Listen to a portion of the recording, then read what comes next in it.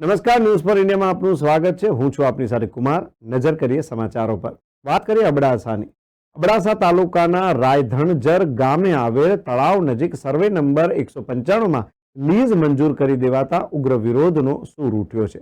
Survey number 195ની નજીક survey number 192માં તળાવ આવેલું છે ને 2022માં લીઝની મંજૂરી પહેલા યોજાયેલ લોક સુનાવણીમાં સરપંચ સહિત ગ્રામજનોએ લીઝ નજીક તળાવ અને રહેણાંકો આવેલા છે એ બાબતનું ગુજરાત પ્રદૂષણ નિયંત્રણ બોર્ડનું ધ્યાન દોરવા છતાં પણ મંજૂરી આપી દેવાઈ હતી.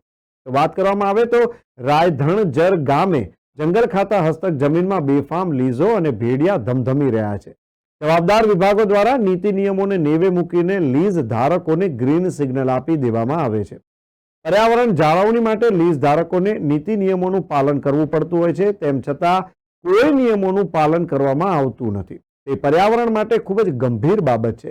રાયધણજર ગામના જવાબદાર નાગરિક સરપંચે પણ જવાબદાર વિભાગોનું ધ્યાન દોર્યા છતાં કોઈ પગલાં લેવાતા નથી. અનેક રજૂઆતો કર્યા છતાં તંત્ર આંખ આડા કાન કરી રહ્યું છે.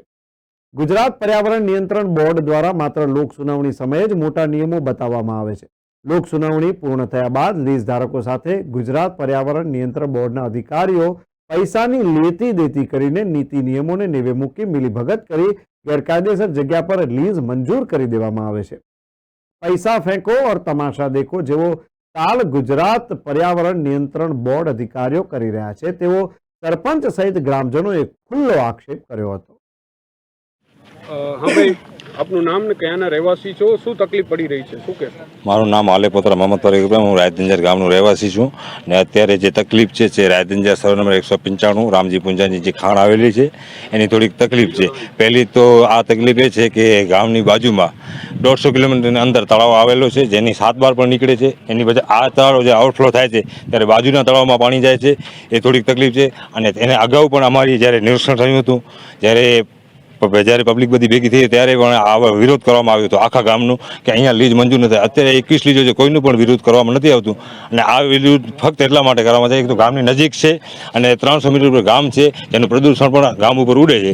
અને એના સિવાયના અન્ય બીજા પ્રશ્નો છે જે પોતે છે તે માલિકીમાં હોય કે નથી એ ખબર નથી, પણ છતાં એ કોઈ પણ નિયમનું પાલન કરતા નથી. કોઈ પણ નિયમનું અત્યારે ફિનિક્સિંગ છે એક લગભગ 2 અઠવાડિયામાં બાંધેલ છે, આગળ બદલી ન હતી. અને પોતાના બચાવ માટે સ્ટેપ પણ રાખેલ નથી, કોઈ પણ સ્ટેપ રાખી. અને નિયમ એ છે કે પહેલો જ્યારે તમે ખોદકામ કરો ત્યારે 1 મીટરનો સ્ટેપ રાખો, નીચે જાઓ પછી 1 સ્ટેપનો મીટર રાખો, પછી નીચે જાઓ તો એ રીતે સ્ટેપે સ્ટેપ એ લોકોને ખોદકામ કરવું જોઈએ. પોતાના બચાવ માટે ખાણ, બીજી ખાણ જે પાણી પીવાની હતી એ પણ તોડીને પોતાના બચાવ માટે અત્યારે જ્યારે નોટિસ આવી છે એ લોકોને ત્યારે પાણી બીજી ખાણમાં પણ મૂકેલો છે. તંત્ર સમક્ષ ક્યાં રજૂઆત આપ કરેલી હતી ને કોઈ કાર્યવાહી થઈ છે કે નથી? અમારા ગામના જે સરપંચ છે એ રજૂઆત કરેલી છે, અગાઉ ગ્રામજનોએ રજૂઆત કરેલી છે. અને અત્યારે પણ અમારું હાઈકોર્ટ સુધી પણ અમે જ્યારે કીધું હતું જ્યારે સુનાવણી થઈ ત્યારે કે અમે હાઈકોર્ટ સુધી જશું અને ગયા પણ છીએ. અત્યારે અમારો કેસ એ લોકોને લગભગ નોટિસ મળી ગઈ છે અને ચાલુ છે.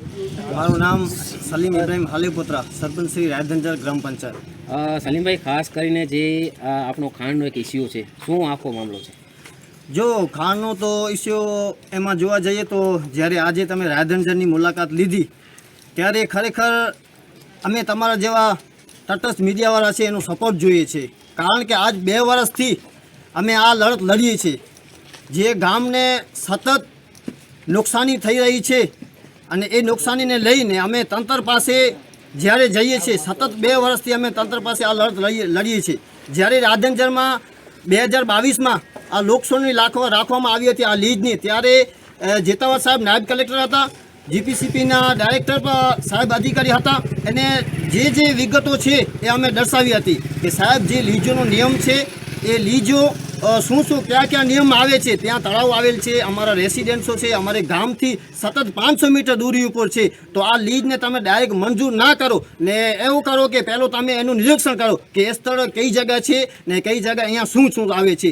ત્યારે જેતાવત સાહેબે અમે બાંયધરી આપી હતી કે અમે 4-5 જણાની ટીમ બનાવી, અમે રાયધણજરમાં આવશું, નિરીક્ષણ કરી જો તળાવ અને આ ગામ આવતો હશે તો અમે એની લીઝને નામંજૂરી માટે અભિપ્રાય મોકલશું. પણ આ વસ્તુ નથી, આ બધી રૂપિયાથી મેલી બગતથી હાલે છે. સતત 2 વર્ષથી મારી લડત ચાલુ છે. હું કલેક્ટર સાહેબને આવેદનપત્ર આપ્યો છે, જીપીસીપી પ્રદૂષણ નિયંત્રણ બોર્ડને પણ હું સતત રિપોર્ટ કર્યો છે કે ભાઈ તમે રાયધણજરમાં જ્યારે લોકસુનાવણી હોય છે ત્યારે તમે આવડા બધા મોટા નિયમો બતાવો છો, કે આ પ્રદૂષણનો નિયમ છે અહીંયા ઝાડ વાવવાનો હોય, એના પાછળ મને રાધનજરમાં 21 લીજો છે, એમાં ક્યાંક બતાવો તમે કઈ લીજ ઉપર વિઝિટ કરી છે અને કઈ લીજ ઉપર કાયદેસરની કાર્યવાહી કરી છે. હજી સુધી એનો કંઈ મને જવાબ આવ્યો નથી. હું સતત લેટર દીધા છે. હમણાં જ હું 8 દિવસ પહેલાં જીપીસીપીને એક લેટર દીધો છે કે તમે જે રાધનજરમાં લીજો આલેલ છે એ કયા નિયમમાં આલે છે, શું કરે છે, માઇનિંગ કેવી રીતે કરે છે, એ તમે નિરીક્ષણ કર્યો છે ક્યારે, એનો મને રિપોર્ટ આપો. તો હજી સુધી આપ જવાબ આપ્યો નથી. આ લીડની જે મેટર છે, સતત જ્યારે કાનૂનનો સહારો લીધો અને કાનૂન મને અહીંયાથી જ આગળ જઈને હાઈકોર્ટ સુધી હું પહોંચ્યો તે ત્યારે હમણાં હાઈકોર્ટે એને નોટિસે ફટકારી છે ને તમે પણ આજે આવ્યા છો, મારા ગામવાળા મારા સાથે હતા, તમે બધા ત્યાં ગયા હતા, બરાબર. ત્યાં હાલત શું છે અને શું નથી એ તમે પણ જોયું છે. તો આપ સાહેબશ્રીને આપ જ્યારે અહીંયા મીડિયાવાળા આવ્યા છો તો હું તમારા ઉપર આશા રાખું છું કે ક્યાંક તમે તંત્રને ટોર્ચર કરો, તંત્રને તમે ફૂલ દબાવો કે આ વસ્તુ આટલો ગામ જ્યારે સંમત હોય છે અને ગામને ન્યાય નથી મળતો, એનું કારણ શું છે, એના પાછળ કોના હાથ છે. ને ક્યાંક મને લાગે છે કે ક્યાંક રૂપિયાની મેલ્યુ બગત થઈ ખોટા પુરાવા રજૂ કરી ને આ લીગને મંજૂર કરાવ્યા છે. પણ જ્યાં સુધી મને કાનૂન ઉપર ને સત્તા ઉપર ને સરકાર ઉપર મને પૂરો વિશ્વાસ છે કે આને અમે જે હાઈકોર્ટ સુધી પહોંચ્યા છે એમાં અમને ન્યાય મળશે.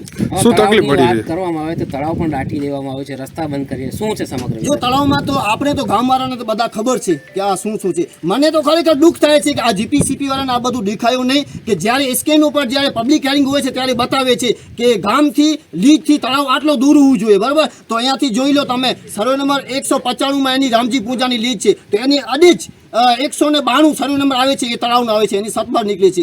એના 95 ની બાજુમાં 196 આવે છે, જે એ પણ તળાવ આવે છે, રતો તળાવ છે, બરાબર. તો મને તો ખરેખર આ મીડિયાવાળા સાથે તમને કહું છું, તમે આને કહેજો અધિકારીઓને, તમે આ વસ્તુ નથી દેખાણી ક્યાં કે આ તળાવ આટલા નજીક હોય, એનું શું નિયમ છે, નિયમ બતાવે ને શું તળાવ કેટલા દૂરી ઉપર આવ્યો છે. ખાણ ખનીજની વાત કરો, ખાણ ખનીજની મિલીભગત હોય, જીપીસીબીની મિલીભગત શું કહેશો એમ? જો ખાણ ખનીજની મિલીભગતની હું વાત કરું કે હમણાં 8 દિવસ અગાઉ હું કલેક્ટર સાહેબને એક આવેદનપત્ર આપ્યો હતો. એમાં સ્પષ્ટ સર્વે નંબર સહિત હું લિખિતમાં દીધો હતો કે અમારી રાધનજરની જે એરિયા છે એમાં સર્વે નંબર 199, 200 અને 205માં જંગલ ખાતું આવેલ છે. હું કલેક્ટર સાહેબને અરજી કરી હતી કે કલેક્ટર સાહેબને કીધું હતું કે સાહેબ અમારે આ સર્વે નંબર ઉપર નકશા તમે જોઈ લો, ડીઆરનાની સીટ જોઈ લો, એમાં કાયદેસરના સર્વે નંબર જંગલ ખાતાના છે, એમાં આજ લીજો અને ઉદ્યોગ આવેલ છે. તો આ તંત્રને શું નથી દેખાતો? કાયદેસર સર્વે નંબર દીધું ત્યારે કલેક્ટર સાહેબે ખાણ ખનીજને ત્યાં મોકલાવેલી રાધનજરમાં આવીને મને રિંગ કર્યો હતો. ત્યારે હું રૂબરૂ બતાવ્યો હતો ખાણ ખનીજોને કે આ વસ્તુ હાલે છે, આર્યા માન્યતાને પુરાવો અને પ્રૂફ